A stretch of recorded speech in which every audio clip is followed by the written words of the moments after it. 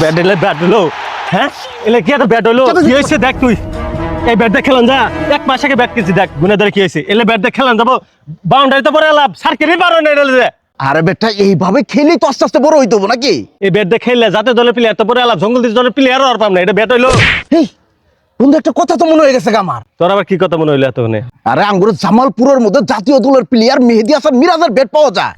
এ বেটা তুই কি আমার সঙ্গে মজা করস আমি কি মজা করার মানুষ নাকি? আমি যেই কথা কই অরিজিনাল কথা কই। এই যে দেখ প্রমাণ দেখ। এই যে জামালপুরবাসী সবাই কেমন আছেন? আশা করি সবাই ভালো আছেন। আমি মেহেদী মিরাজ। আমাদের এমকেএস এর অথেন্টিক প্রোডাক্ট সবুজ খেলাঘর দয়াময় মোড় জামালপুর সদর রোড এখানে পেয়ে যাবেন। কে শুনছ?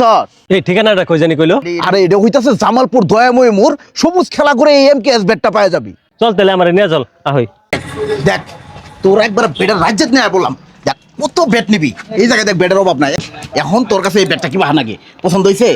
হায় রে হায় এটা যে না খেললে আমি আজকে জাতীয় দলের প্লেয়ার হতাম গা চল এখন নিয়ে চল।